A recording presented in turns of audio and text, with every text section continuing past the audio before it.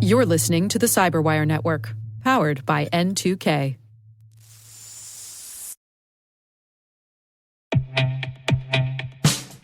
Funding for this episode is made possible in part by Black Kite. Drama and high stakes aren't just for the movies.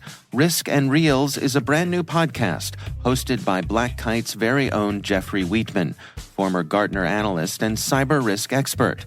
Jeffrey and his industry friends chat about the trials, tribulations, and plot twists of movies and modern-day cybersecurity. The first 3 episodes are live now, featuring topics like hackers in real life and in the movies, breaking the status quo, and people-centric processes. Check them out at blackkite.com/podcast or wherever you get your podcasts.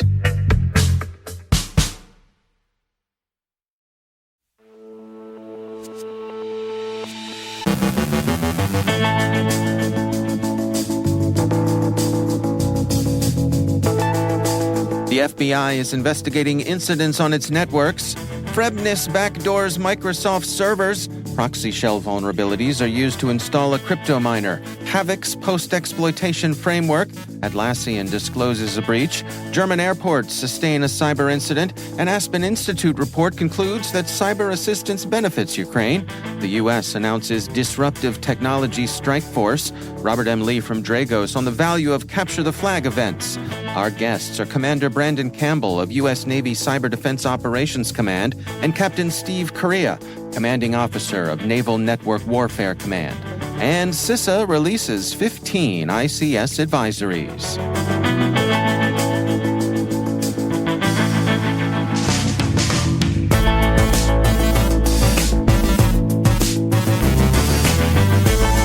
From the CyberWire studios at Data Tribe, I'm Dave Bittner with your CyberWire summary for Friday, February 17th, 2023.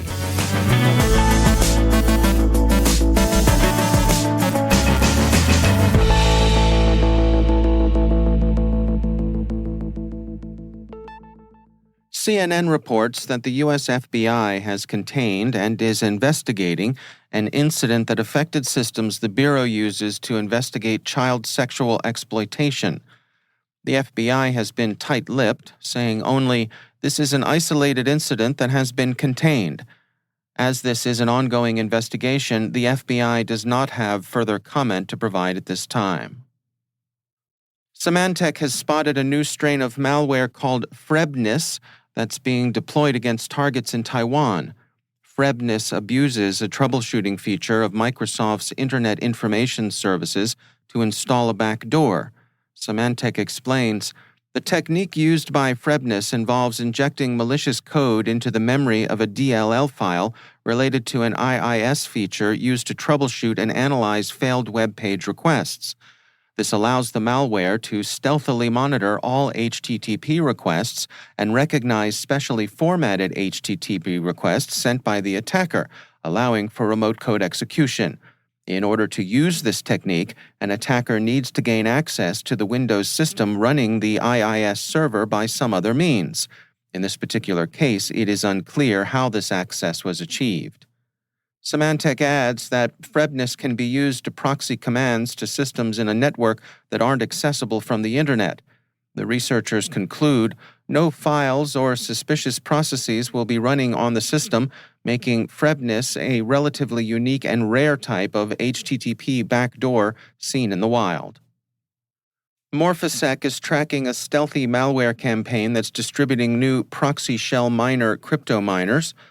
ProxyShell Miner exploits the ProxyShell vulnerabilities in Microsoft's Exchange server, which Microsoft issued patches for in 2021. The malware uses the vulnerabilities to gain initial access, then installs the cryptominer.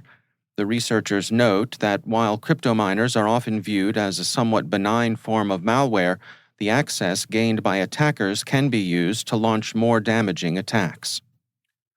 Zscaler observed the Havoc framework being deployed against a government organization last month, and the security firm has published a detailed analysis of how the framework operates.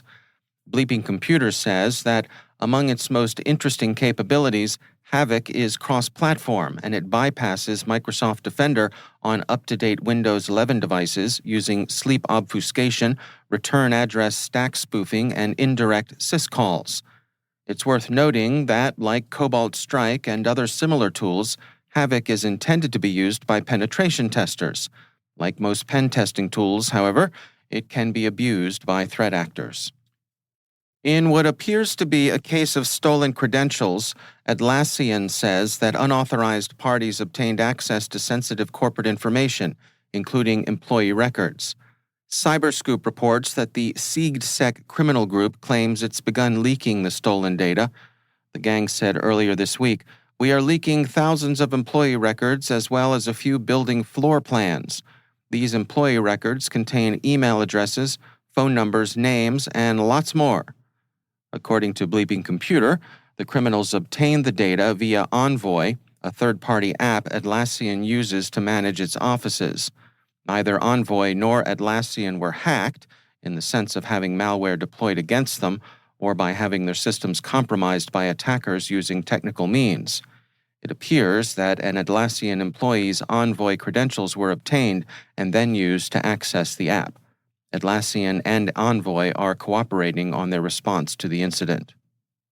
Reuters reports that German airports have sustained an unspecified cyber incident believed to be a distributed denial of service attack. There is little information available and no attribution yet, but Deutsche Welle points out that the attack bears a strong resemblance to an earlier DDoS attack the Russian auxiliaries of Killnet mounted against German airports. A study by the Aspen Institute concludes that international assistance rendered to Ukraine for its cybersecurity has blunted the effects of Russian cyber offensives.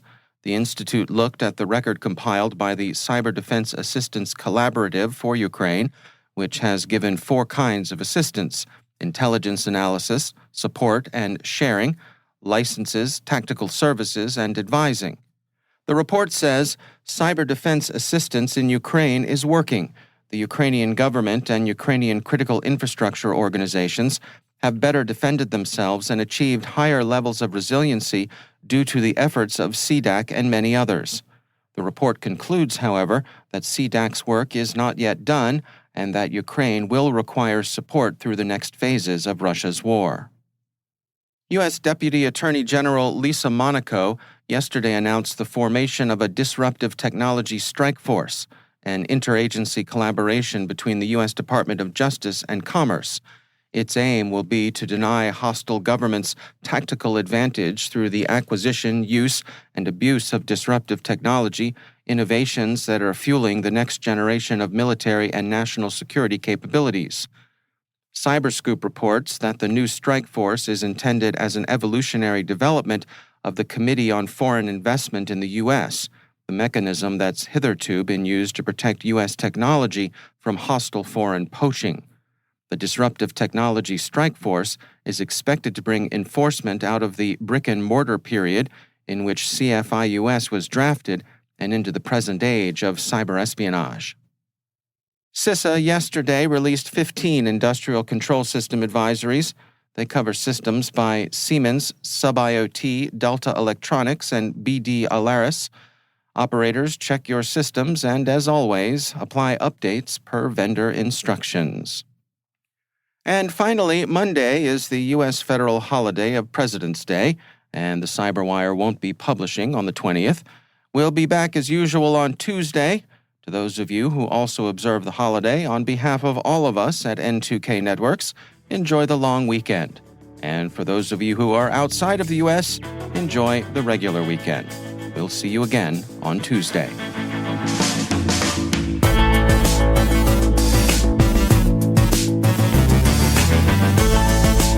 Coming up after the break, Robert M. Lee from Dragos on the value of Capture the Flag events. Our guests are Commander Brandon Campbell of the U.S. Navy Cyber Defense Operations Command and Captain Steve Correia, Commanding Officer of Naval Network Warfare Command.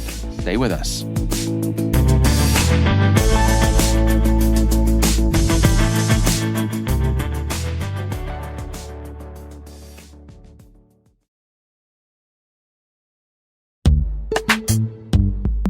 And now, a word from our sponsor, Black Kite.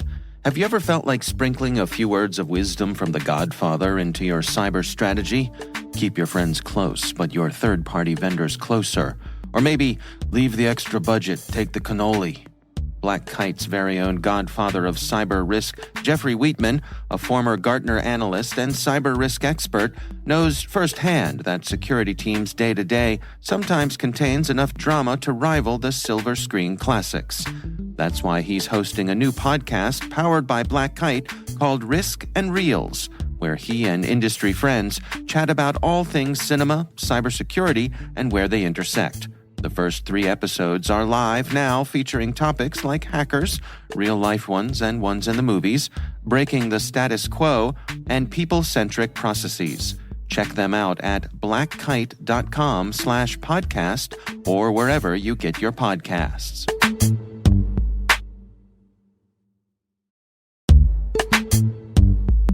And now, a word from our sponsor, Barracuda. Right now, everyone is talking about cryptocurrency, and the cyber criminals are hiding in the conversation. Cyber criminals use social engineering loaded with urgency and fear to successfully prey on your company, your employees, and your customers. Spear phishing is just one of 13 types of email threats. Barracuda has identified these 13 types and shows you how you can protect your company, your customers, and your reputation. Find out about the 13 email threat types and Barracuda email protection. Get your free ebook at barracuda.com/cyberwire. And we thank Barracuda for sponsoring our show.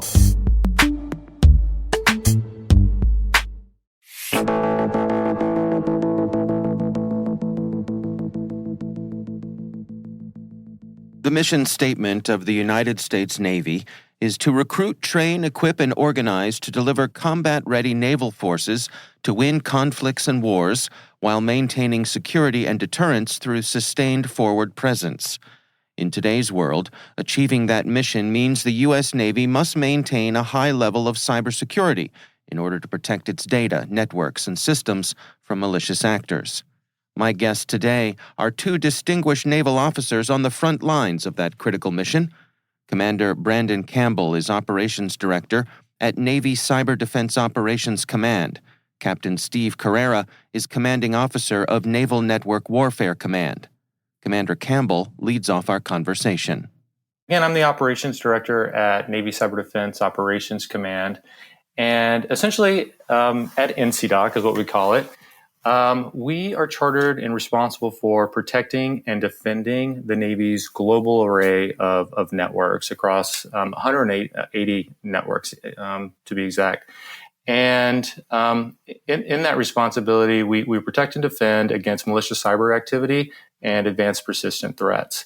And we do that 24/7, 365. And then if there's actually an incident or an actual compromise on a Navy network, we're then also responsible for doing the risk analysis, assessing it, and then when needed, expelling the adversary from our networks. Captain Correia, how about you? Naval Network Warfare Command's mission is to operate and secure Navy networks and communication systems. So we do that in our ashore enterprise networks and the ashore portion of our afloat networks.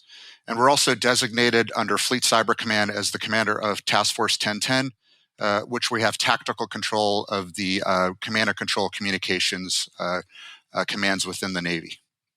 So I'd love to get the perspective from both of you. You know, the Navy's network has some uniquely difficult defensive challenges. When you think about everything that's on your network, you know, from data centers, office buildings, and then, of course, ships and airplanes, and the global distribution of all of that. And then also you're dealing with many levels of classification.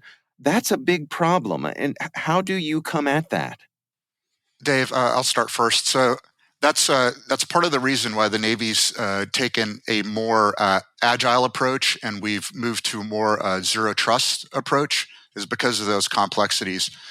You know, I think for the longest time we tried to keep the adversary outside the walls of the castle, if you will. But we've realized over time that that's difficult, if not impossible, in a lot of cases. So we've increasingly adopted a zero trust approach where we assume the adversary is inside the castle walls, and we've put controls in place to guard the data and information systems from from those adversaries. To dovetail a little bit on that, the Department of Defense recently just issued late last year its overarching first ever zero trust strategy. And like Captain Correia just said, the very first sentence of that strategy states that our adversaries are in our network. So that's a huge paradigm shift in how we look at, evaluate, and design resilient and secure networks. So in parallel with that, a part of that strategy, and the Department of Defense has underlaid and implemented 7 essential pillars for its zero trust strategy. And then with each one of those pillars, there are sub-activities, 152 to be exact, and set a very lofty goal of achieving zero trust capability, strategies, and principles no later than 2027. And the Navy is well on its way and helping pave the way towards those capabilities, aggressively modernizing its IT, as well as implementing cloud-native cyber defense and cybersecurity tools. So it's been a really exciting time, and I'm really excited to see how the next 5 years or so, as we modernize and get to 2027, what the changes of our landscape and how we design and secure our networks are going to look like. There's that old cliche, and forgive me for using it, but a battleship doesn't turn on a dime. Do you all feel as though you have the ability to be nimble to react to the things that are coming at you? With an organization as large in breadth and depth as the U.S. Navy. Yeah, I'll take that one, Brandon. If it's very perceptive, but in my career, that's generally been my experience. But I think it's changed recently, and so we during the pandemic, because of leadership at the top, Mr. Weiss, Ms. Youngs-Liu at PO Digital, so our acquisition partners, and operationally on our side, myself and my predecessor, Captain Jody Grady, made a conscious decision to move out quickly on implementing cloud once we had a secure implementation, and we did so in the image of DevOps or Agile, and our current framework is Scaled Agile Framework, so SAFe. And we are definitely taking a more Agile approach. And because of that, we're working together with acquisition partners and engineering in a DevOps type of model where we are able to make Agile decisions, make configuration changes in that DevOps type of approach. And for me, it's been a revolution. Very much getting away from the traditional waterfall approach where we took a long time to write a requirement, and then the engineers went back into the engineering spaces and came out with a product that wasn't to anyone's satisfaction on the ops world, and a little bit dissatisfaction on the engineering world too. So we're in a different place right now where we're all working together toward a common goal, and it's refreshing to see. Commander Campbell, I'm curious what your pitch is for folks who may be considering a career with the Navy. We have a lot of listeners who are students coming up. There are unique challenges there of joining the service, but also some really amazing opportunities. Yeah, there really are. And I'm wrapping up my 2-decade career here in the next few months. So I have done some reflection on that personally. And it is an exciting time, especially in the cyber field, the cyber community at large. There's a large modernization effort going on across the Navy. I've had the unique opportunity through my career, through working with SEAL teams to being deployed on ships, aircraft, and the whole gamut. So it's always exciting. It's always challenging. There are a lot of educational benefits and opportunities if you just take advantage of them. So I would encourage anyone out there who's looking for a way to get a little of excitement, to do a very, very important mission for our Navy and for the national security of our nation, and really just kind of embrace it and know that it's going to be long. Sometimes it's going to be hard and challenging, but at the end of it, you absolutely will be better off for it. And then walk away from the rest of your life knowing that you've served your nation and you've done something really unique and special. So I'm super excited and to what the future holds, and especially as this advancing career in this industry and in the cyber defense and cybersecurity space. and where it's going to go here in the next 5+ years. Captain Correia, we have quite a few senior members of industry and government who listen to our show. I'm curious if you had the opportunity to ask, is there any support or assistance that you would request from those folks? Actually, Dave, the support has been great to the approach that we've taken. And Brandon mentioned this earlier. The leadership has really leaned in on this, and they've put their money where their mouth is, because they've really supported us on various approaches that we've taken, but also on the common decisions that we've made to secure the network. And in some cases, we've taken a pretty aggressive approach on security, which can have impact in some cases, but we've kind of all worked on that together and finding that right balance. So I just want to say thank you, actually, to leadership for the support. Our thanks to Commander Brandon Campbell, Operations Director at Navy's Cyber Defense Operations Command, and Captain Steve Correia, Commanding Officer of Naval Network Warfare Command. We appreciate them taking the time for us.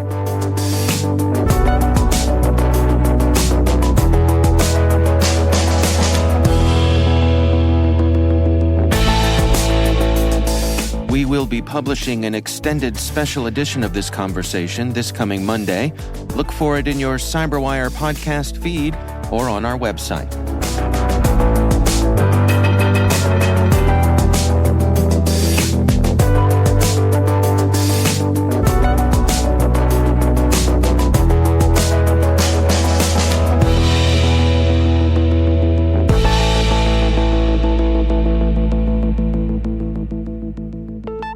And I'm pleased to be joined once again by Robert M. Lee. He is the CEO at Dragos.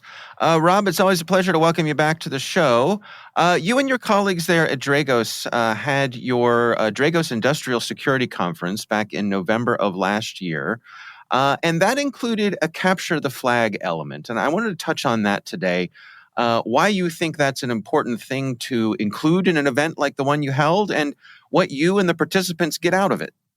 Yeah, so capture the flags in general are a fantastic form of training and sort of testing out those skills. Sometimes it's testing, sometimes it's more training. If you look at like the SANS CTFs as an example, they're net wars, ones that they run at their conferences. Like level 1 and level 2 are very educational. Click on it, get a hint, you'll get the answer, but it's more teaching you how to do it. Level 3 is, hey, this is harder. This is now kind of testing out your skills. And level 4 or level 5 is just like, we're going to kick in your teeth. Like, good luck. It's just kind of that process, which is both educational and testing, which makes it both fulfilling and challenging. But people leave with better skills than just sort of the academia or theory of it. And so in the same mindset, we want to do that, of course, on the industrial control system side. And when I came into this field, it was impossible. There was no ICS CTFs, even in the government circles.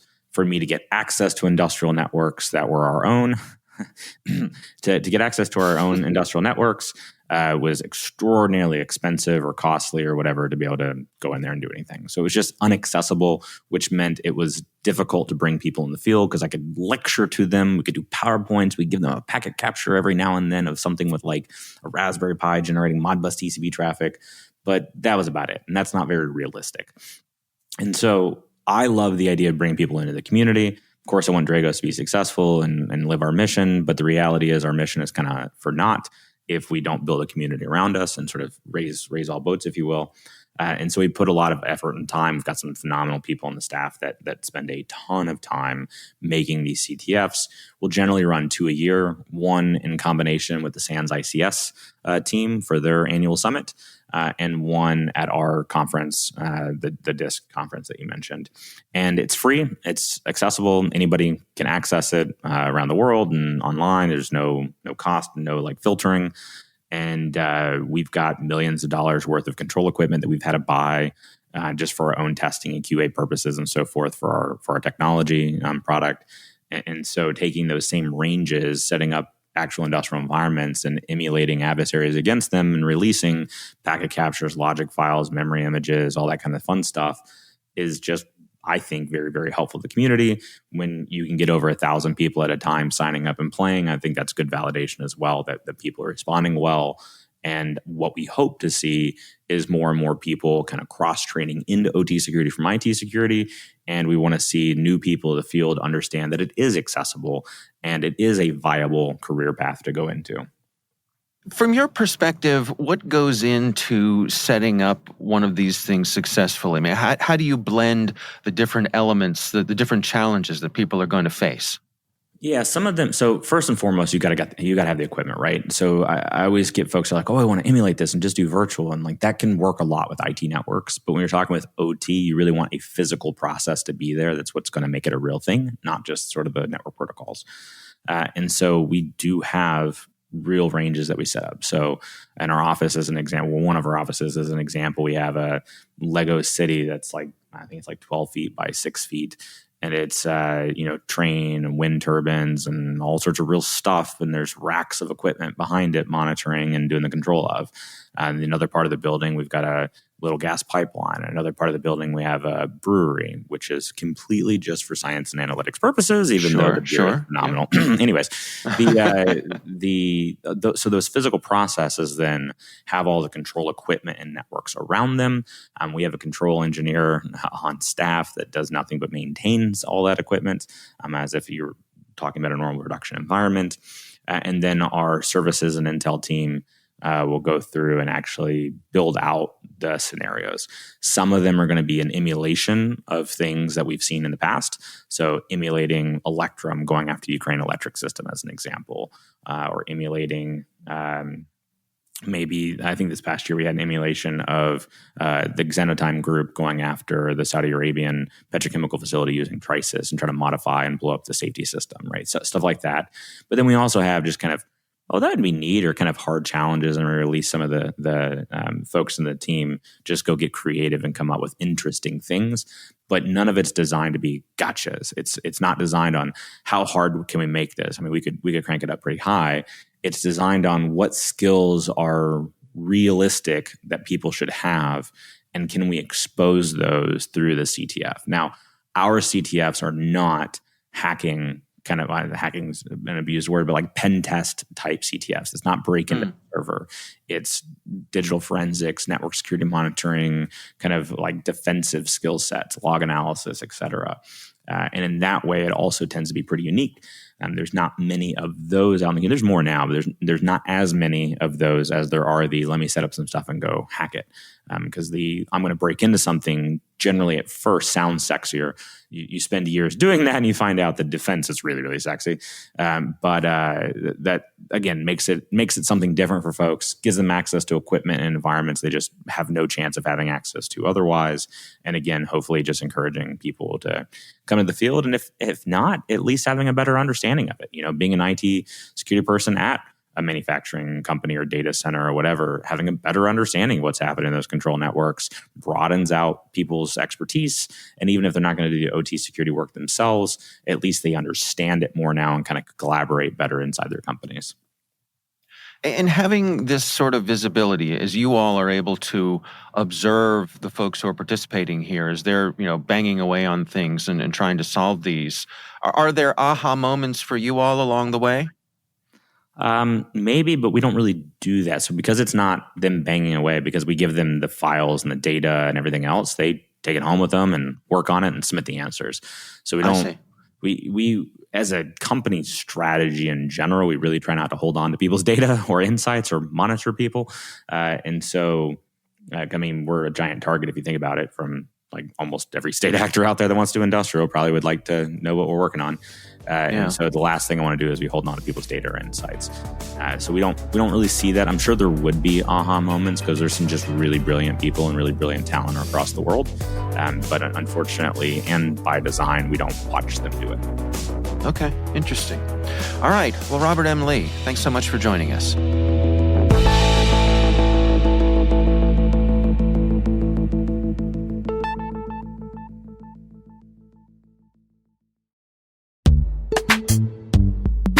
And now, a word from our sponsor, SpyCloud, the cybercrime analytics leader. SpyCloud disrupts cybercrime by telling you what criminals know about your business and your customers, so you can take action to prevent ransomware, account takeover, and online fraud. SpyCloud constantly recaptures and analyzes new data from the criminal underground, including credentials, cookies, and PII siphoned from malware-infected devices. With knowledge of the specific data criminals have in hand from InfoStealer malware on managed and unmanaged devices, security teams can respond with a more efficient and effective process called post-infection remediation. Get SpyCloud's post-infection remediation guide outlining the 7 steps for preventing a malware infection from becoming a full-blown ransomware incident. Visit spycloud.com/cyberwire. That's spycloud.com/cyberwire. And we thank SpyCloud for sponsoring our show.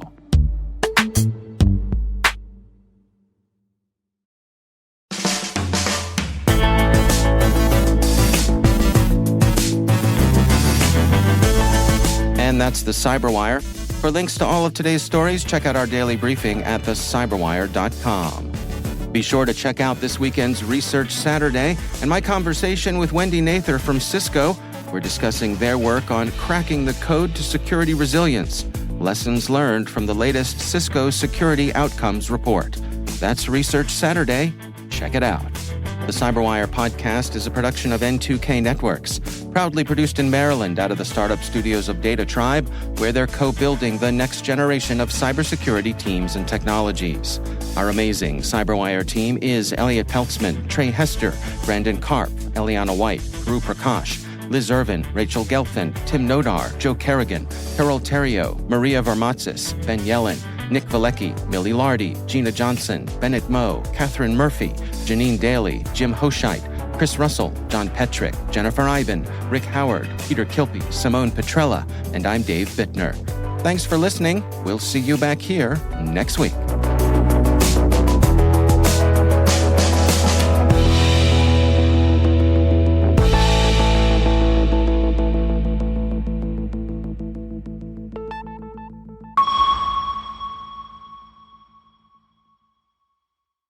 This episode is made possible in part by RSA Conference, where the world talks security.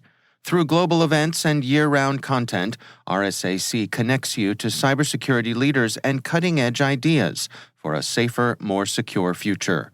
Learn more at rsaconference.com/cyberwire23.